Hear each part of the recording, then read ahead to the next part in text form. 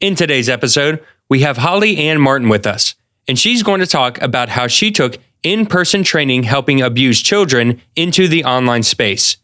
You will also get to hear how she created a course in 1 week and sold $1,000 worth, how she leverages her audience to get them to help sell her course, and how to overcome the trolls and negativity when posting online. And now, on with the show. Welcome to the Online Course Igniter podcast, where you'll hear from successful course creators and how they were able to turn their passion into a thriving online business empire.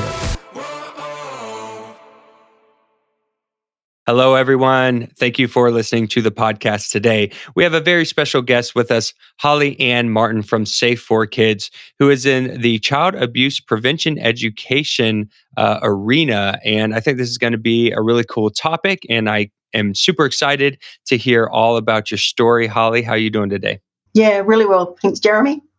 Yeah, this is great. I appreciate you reaching out and talking with me and having you come on the show. And can't wait to kind of dive into your business and everything that's going well for you. Before we start, though, if you could just take a minute and let us know a little bit about yourself. What were you doing before you got into the online business space? And then what led you to this place? Well, I was a teacher assistant working with children with special needs, and the children, unfortunately, are being sexually abused. So I was in a school where we were trained in an abuse prevention program, and then I went up into some remote communities here in Australia where some horrible things were happening to children. So I saw a huge need for resources and training for teachers and things like that. So I'd been doing that since 2007, but about 4 years ago now, I was doing a lot of face-to-face training, but it's something that parents, until it happens to their children, they don't want to think about something bad happening to their child. So I would do a parent workshop and the mums would come along and they would say, oh gosh, I wish my husband had have heard this too. So even before COVID hit, we sort of thought, well, you know, the online space is where we really need to go. So I went to Thailand, of all places, with an amazing person that works in this field that builds online courses. Her name's Sarah Cordner. And my husband and I went to Thailand for 7 days and we built our online parent course. We stayed in this magnificent villa. We didn't leave the villa for 7 days, but at the end of it, we had this amazing parent course, and now we're building online lessons for teachers so that now with COVID, everybody's used to online training, and even teachers don't feel comfortable talking about my topic. Lots of teachers don't feel comfortable saying the names of private body parts and things like that. So we're building this online platform now where teachers will literally just have to plug and play it, and then there'll be worksheets and things like that for them to do follow-up lessons. Nice. Yeah, this is really cool. A couple of things. One, I understand that, this topic is can be uncomfortable for people to talk about. But like you said, I feel like more people should know about it just to bring awareness, to the subject so people can be prepared. I mean, I have 2 children and it's something that you do think of as a parent.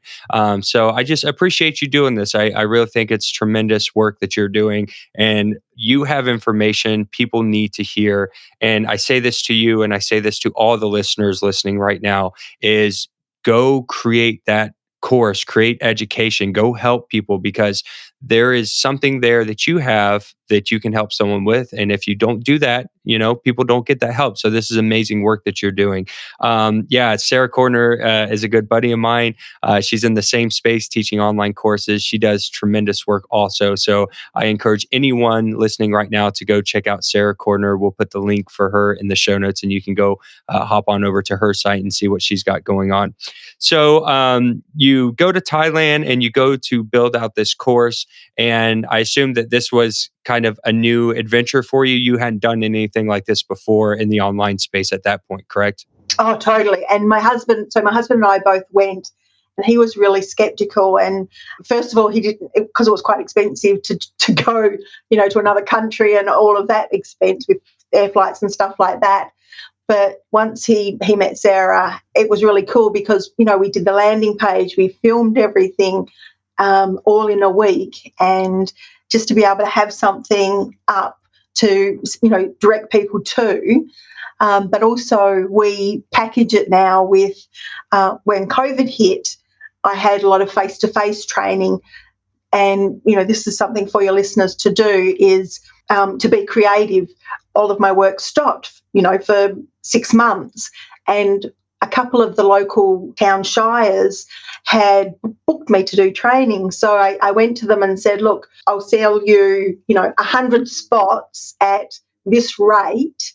And so that's how we basically got through COVID, was by packaging it up so that they could give the links to families in their districts.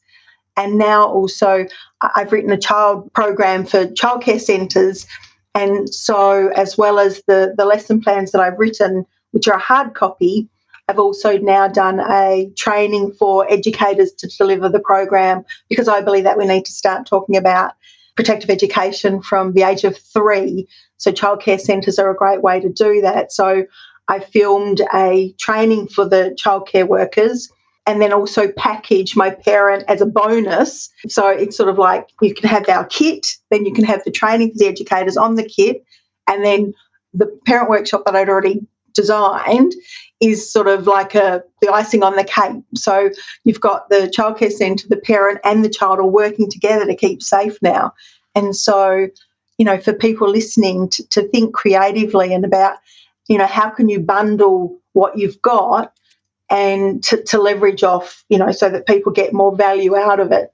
Yeah, this is really cool. You talked about a couple things, and we're going to unpack some of this stuff here. I like that idea of bundling those things together, because it raises the value of what you're doing, and you can, like you said, get to people who are on different levels. The educators, the parents, the children.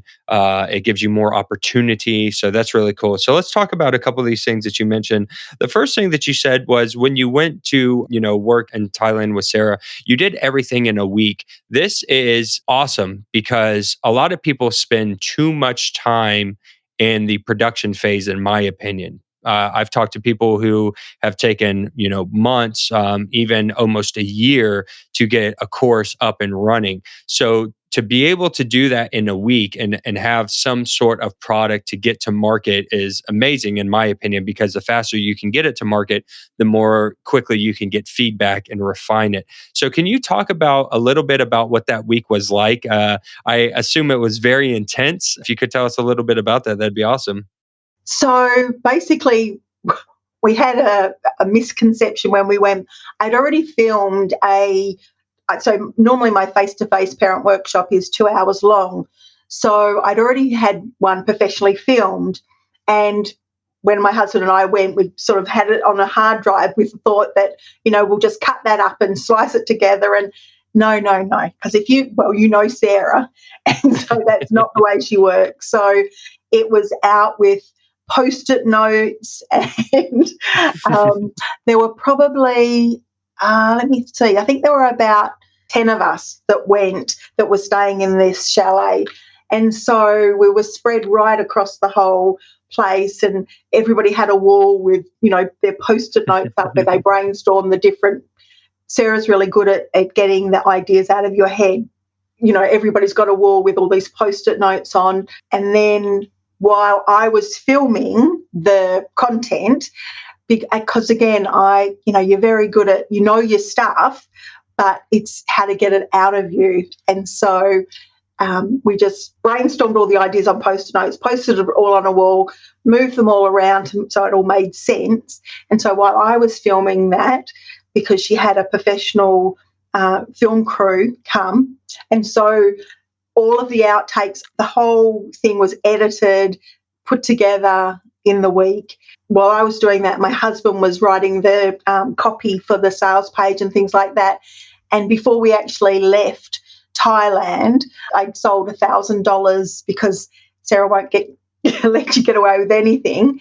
And so the whole time you're there, we were doing Facebook Lives and asking for ideas from, I sent out emails to my email list about, what do you want to see in a parent workshop and things like that. Then we use that as the sales copy, and yeah, we'd sold $1,000 worth of, and the course is $47.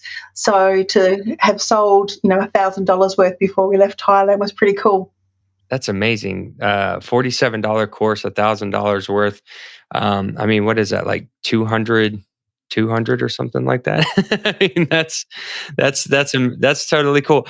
And how inspirational for that to happen to you, because when you come into that week, you have an idea of what you want to do. You're the expert and you kind of think you know how it's going to go. Probably don't have an idea in your mind that you're actually going to walk away with it being sold. You get in there, like you said, she's really good at breaking down the ideas and getting those ideas out of you. I love the post-it note strategy. I use it myself. I've had my walls covered in pink and yellow and green post-it notes before. So if anyone is listening, real quick, if you want a great way to brainstorm ideas, get a stack of post-it notes and just start brainstorming every little topic that you can think about, one right after another. Don't stop. Don't try to think about it too much. Write them all out. And then you can stick those up on your wall. And once you have them on your wall, you will start to see patterns, and you can see, okay, this topic goes here, this topic goes here, and because they're sticky post-it notes, you can move them around. So that's really cool. And then you went on to record, you went on to sell. That's so cool because, like I said, some people get so caught up in the production of their course, they worry about so many little things. But this intensive week, you were able to get your course published, get it sold, get it out to the people. So what happened after that? Like, you leave Thailand, you've sold this course. What was like the next steps of your business, or what happened from there? To be honest, I hate to admit this, I am a bit slack at promoting it. But one of the things that I also, for your listeners, to do is have affiliate links. So there are people that teach sex education and teach mindfulness to, help parents teach mindfulness and things like that. So I've got people that are in the same field, but they're not teaching my topic. And so I give them affiliate links. And that's where, to be honest, that's where we get most of our sales, because they put it in their newsletters and things like that. So we offer a 50% affiliate link, and basically, yeah, you can make money in your sleep, which is really, really cool. And, a lot of people think, 50%, that's a lot to give away. But we look at it as if we wouldn't have had those sales anyway, and we're really keen to pay it forward. And quite often, to be honest, I'll have lots of parents contacting me. I'm a single mum, and I probably give away more than I sell. But it's, when the topic is so, difficult, it's not about the money. I mean, yes, it would be nice to, we still haven't made the money back that we paid out, because two of us going to Thailand is, airfare and stuff. But the fact that, we know that we're making a difference with it, and we're looking at the lesson plans for schools and things like that. And because we focused on Australia, we're a very big country, but we're a very small population. But, I really need to be marketing this, to every English-speaking country.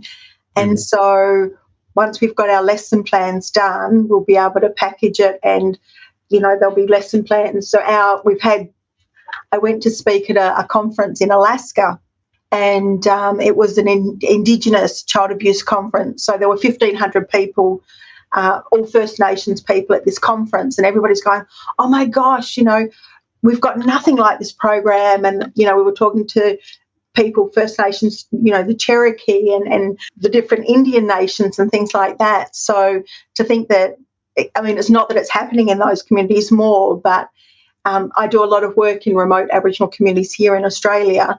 And so the problems are quite similar. So they were really excited, and to think that, our little program could be making a difference in the US and the UK and things like that is phenomenal, really. Yeah, that's really awesome. And just to go back and re-clarify for anyone listening, so in a lot of these online course platforms, are you using Thinkific? Yes, we are. Okay. Yeah. So if you're using an online course platform like Thinkific, most of them do it, Kajabi, Teachable, these different online course platforms.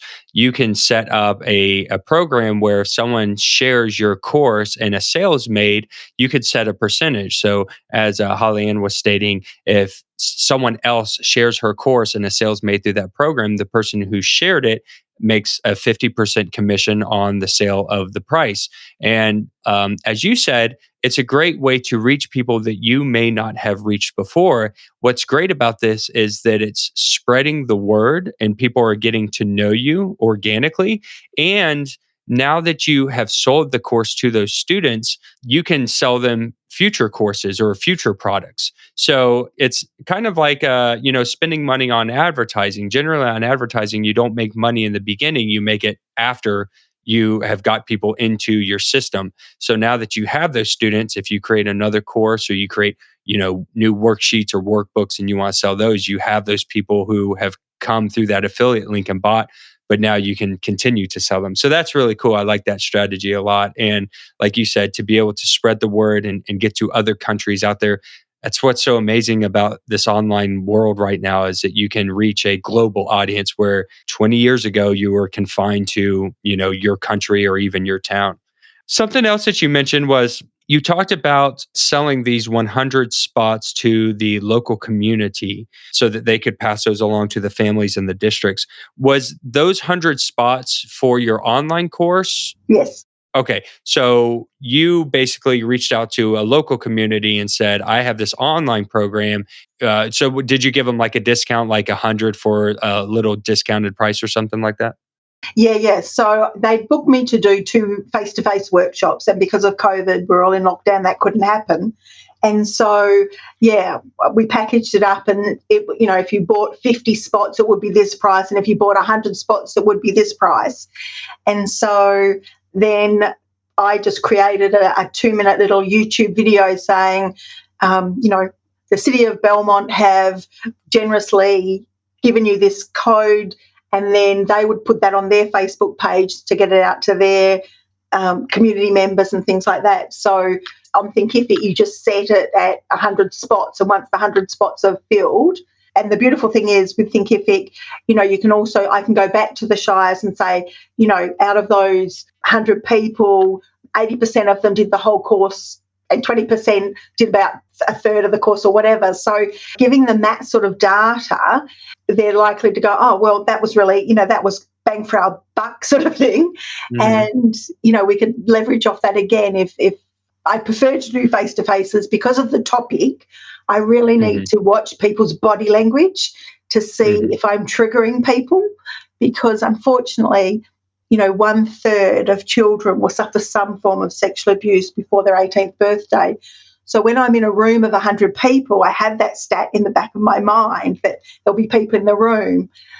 Whereas an online course, I can't see people's body language, but at least because some of the videos are, only so I think there's about 25 videos. It goes for 2 hours. Some of them are only 3 minutes long. I think the longest, which is the public and private lesson, is 11 minutes long. So if people want to skip over something that might trigger them, that's really good.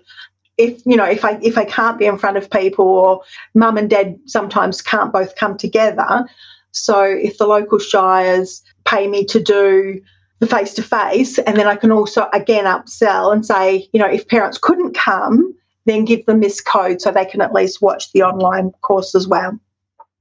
Yeah, this is such a cool idea that you have here. I love this for a couple different reasons. One, and I'm just thinking for you and then for anyone else listening, because I always try to take someone's story and say, how can we apply this to other people who are listening? So, someone might be teaching programming or they might be teaching graphic design or how to play an instrument or marketing. So, we have listeners from all over and I try to think like how could you take the same concept and someone else use it too?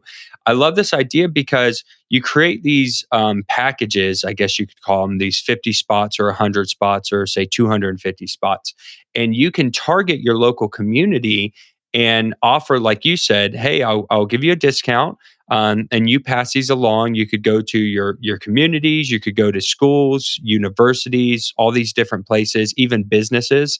We had one guest who was doing something similar, and he was doing B2B, business to business, kind Mhm. of the same concept.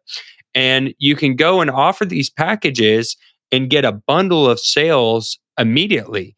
And then what's really neat about this is you do it in this city and you see that it works. Now you can go do it to other cities, in your area or across the country or in other countries. You can target those communities. I really like that idea. So I did it for 3 local shires. The last one was the one that I actually live in, and I went and said, "Do you know what these other 2 cities have done? And I live in your community."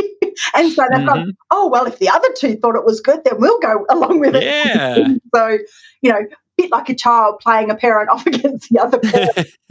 Yeah, that's really cool because you can use that data that you have too. You can say, look, we sold 100 spots. They all sold out. 80% of the people who took the spots finished the course. Like you have that data that you can use for these other places Yeah. too now. Yeah.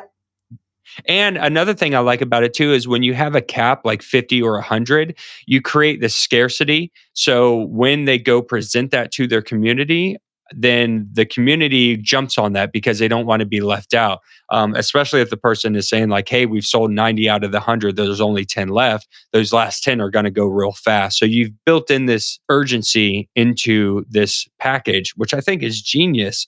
And I also like what you said that if you still like doing the in-person workshops, the online course can be supplemental to what you're teaching in person. Like you said, if a parent can't make it, or you signed up for the in-person training and maybe your child got sick and you weren't able to attend, well, here's a coupon to take the video lessons online. I think that's such a cool idea for a business because I've said this before. If you're, say, a gym owner and people are doing workouts in your gym, but you can offer an online course supplemental to the gym that they can go home and do home workouts, you're just boosting the value of your business. I think that's amazing. Definitely. And the other cool thing is, I was posting it on Facebook.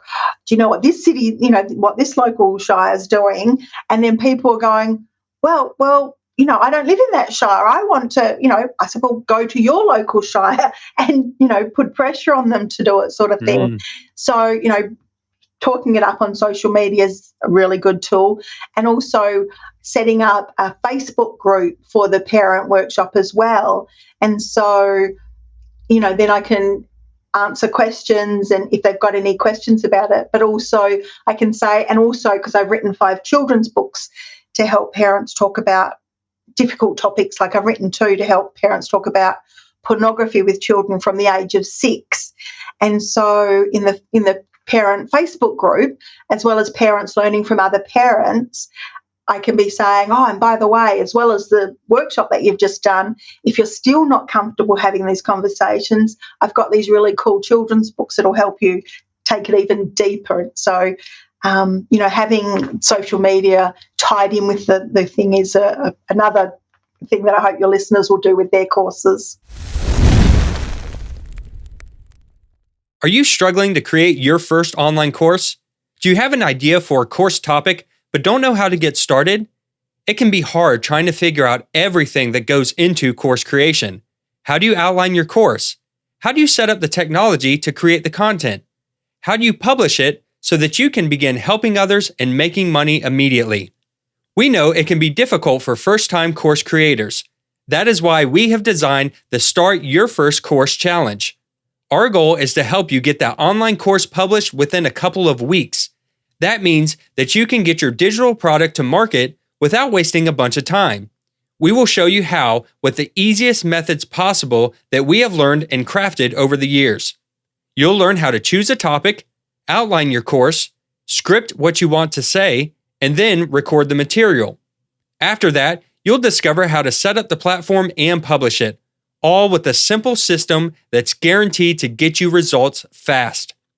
Beat your procrastination by taking action today. Go to startyourfirstcourse.com now to sign up. That's startyourfirstcourse.com. See you in the challenge. So you've been doing a lot of really, really awesome, great things. But let's talk about maybe some of the mistakes that you've made or found along the way. So for anyone listening who is a beginner, they're just starting out, or they just published their first course and they're kind of struggling. What are some of the mistakes that you felt that maybe you've made along the way, or things that you could have done better, that now that you're at a higher place that you can look back and say, if I was helping someone just starting out, this is what I would tell them. What would that be? Well, I would definitely, and I'm making a mental note to do this myself, to get better at writing copy, to market it. Not that you don't want to be salesy, but rather than talking about, I've done this and I've done that, I need to write copy to promote the lesson plan, well, the parent workshop. This is what I can do. This is what the course will do for you. These are the outcomes that you'll get from doing our course. And so, working with, if people aren't good at it, working with a good copywriter to get that initial sales copy is really important. I also, when I first started my business, and not necessarily just for my online course, but I was in business to begin with a graphic designer, and I didn't have any money when I started my business. So we sort of had this 50-50 arrangement. It was basically done on a handshake. So to make sure that people, when they have their, if they're working in conjunction with a graphic designer or whoever, to make sure that you own the copyright is really important. Because the graphic designer in the end went broke, and I had to, her company went to into receivership, and I had to buy my copyright back from the receiver. So that was a huge one. And also, I'm not sure what it's like in the States, but here in Australia, we have public liability and public indemnity insurance, and a lot of people don't think about having insurance. So, for people, it's not just a case of grabbing your phone and saying stuff, because if you're not insured and people go and do something and there's a negative outcome, then you could lose your house. So here in Australia, and I'm not sure what it's like in the States, but I'm a member of National Speakers. And because I'm a member of National Speakers, my public liability and public indemnity, I can get through National Speakers, and it's at quite a reduced rate. So again, if your listeners are doing public speaking, they might already be a member and might already have insurances. But if they're not, it's something to definitely look into. Yeah, these are some great tips. So the first one was making sure that you are getting good at writing copy. Make sure you're focusing more on the outcomes or the benefits of taking the course versus just the features of the course. I think that's brilliant, because I think a lot of us do that when we write. We just want to kind of brag about what's in the course and what the course has and how many lectures and modules. That doesn't really speak to people. But when you change it, like you said, to this is the outcome, this is how the course is going to help you or teach you or train you, then that really resonates with people. Making sure that you are owning the copyrights and the materials of whatever you have done, very important. So I'm glad that you mentioned that. Not too many people talk about that. And the insurance, I think, is really great too. That's not something I've heard a lot of people talk about either, and that's a good point, especially if you are in a field where you could be doing something that could harm yourself or others. I think that's really important to have some kind of insurance. So those are some great tips there.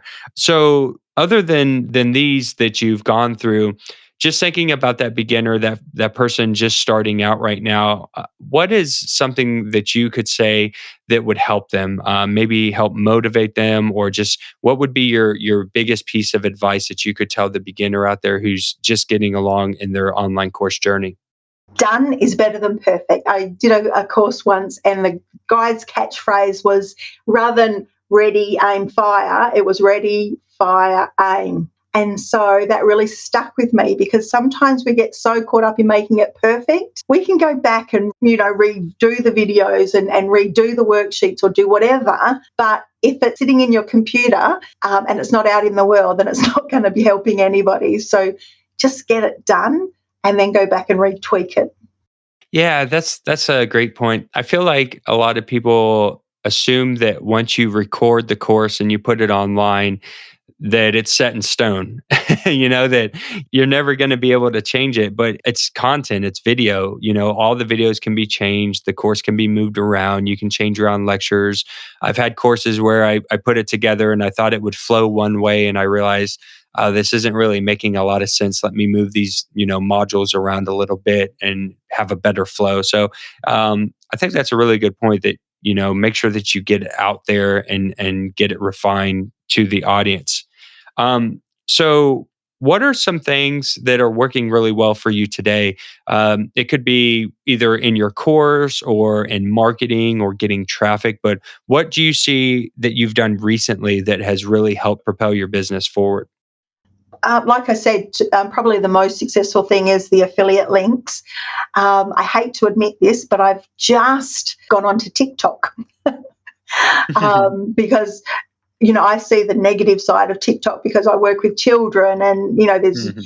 grooming and all that sort of stuff. But, it's just another avenue. And it wasn't until I actually had 3 separate policemen that I was talking to said, look, Holly, you need to get over yourself. And, people are on TikTok. And, there's a young woman on there that a program that she teaches about spreadsheets or something, and she's got 1 million followers and she's killing it for her online courses. And so thinking outside the box, but one of my videos went viral and it's been seen 350,000 times now, but it was only because people were trolling me, and it was a silly little song that I teach the children, which is basically head, shoulders, knees and toes, but in it I Mhm. named the private body parts, and the trolls all came out and just absolutely bagged me out. But because I feel like saying to them, thank you for saying all those horrible things, you've increased the algorithm. If you hadn't said anything, you'd never see another video that I did, but now if you said something. But, there are people killing it on TikTok. And so, to not to limit yourself, even though I'm still not very comfortable on it. But, if you can find the right angle, I think TikTok's, somewhere that people should go to be promoting their online courses. I know it's something that, again, in a week and a half, I'm going down to, Sarah lives an hour away from me, and I'm going down to spend the day with her because we're going to just bounce ideas off each other and film a whole day of TikToks to try and promote both of our courses. Nice. That's super awesome. I wish I could go there with you. I'll have to catch a plane. You brought up a good point too that we haven't talked too much about on this podcast. And if you could just maybe take a moment to speak on this, the trolls, the negative comments, the people who watch your content, and whether it be YouTube video or comments on your course or on TikTok or any of these platforms where people can leave a comment, you always have those negative people. And if there's a lot of them, that can be disheartening. What would you say that you do, or some ways that you can overcome these people who are trying to bring you down and post negative things? Like how do you overcome that? Well, it's funny because I talk to kids about it all the time, because part of what I do is, as well as talking about sexual abuse, we talk about online safety and grooming and all sorts of things. So, for years I've taught the children, don't feed the trolls, don't respond, don't. So I basically leave it there unless if they're swearing and things like that, then I block and delete them. But the amount of people that have come on and defended me, which creates more, you know, more engagement. And so, we've got to what somebody else thinks about us is none of our business. That's my mantra around this sort of stuff. I can't control what other people, we don't know what they've gone through. They might be survivors themselves, or what, I don't know what the triggers are. But Mhm. unless it's, really, really bad, then I just leave it there. And the amount of people that have jumped to my defense and just taken them down without me having to do anything is phenomenal. And, the problem is it does hurt. I'm not going to lie. You can have 1,000 positive comments and you get one negative one, and that's the one you Mhm. remember. But yeah, I have had to grow a thicker skin, especially, if I was doing something fluffy, it would be, I'm sure I wouldn't have the sort of trolls that I'm getting. But, I've got to remember that there might be people out there that do prey on children that want to shut me down. So I try just with that mantra, what other people think of me is none of my business. I know that I'm in it for the right reasons, and I know that I'm making a difference. And so, yeah, but I'm not going to lie, it's not easy. Yeah, you're right. We do focus on the negative more than the positive, but I'm glad that you are on these platforms and spreading that positivity because they need it. I had a TikTok account and I ended up deleting it because I was just getting so much, just negative content on it all the time. But I'm glad that you've taken that step to go out there and to spread some positive light. And there might be a child or an adult or, a parent out there who sees that and just happens to hear your message at the right time and really helps them out. So that's really cool that you're doing that. And I like what you said about the people who come to your defense. It helps build a stronger bond with you and your audience or your community. So the trolls don't realize that they help in this way, but when they are out there posting negative things and then your community or your audience comes to protect you, they're just strengthening that bond. And that's just going to make the people draw closer to you and like you more and engage with you more. So that's really cool. So I just ignore the trolls, but I really blow sunshine up the people that defend me. But also, ironically, I'm a very shy person, and my other mantra is my message is bigger than I am. And so if we were at a cocktail party, I'd be the one hiding in the ladies, not talking to anyone because I'm very shy. But when I'm talking about my subject, to be able to make a difference. And so if people are a bit shy about putting themselves out there, the world needs to know the gift that you know. So, you're more than welcome to use my mantra that my message is bigger than I am.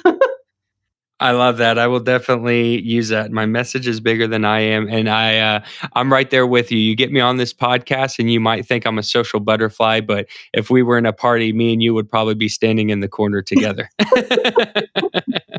Oh, very cool, Holly Ann. You've been amazing, and thank you so much for coming on the show and sharing this knowledge. I feel like you have said a lot of things that people really need to hear out there, and I hope that you continue to promote this message that you have because you're going to affect and help a lot of families and a lot of children.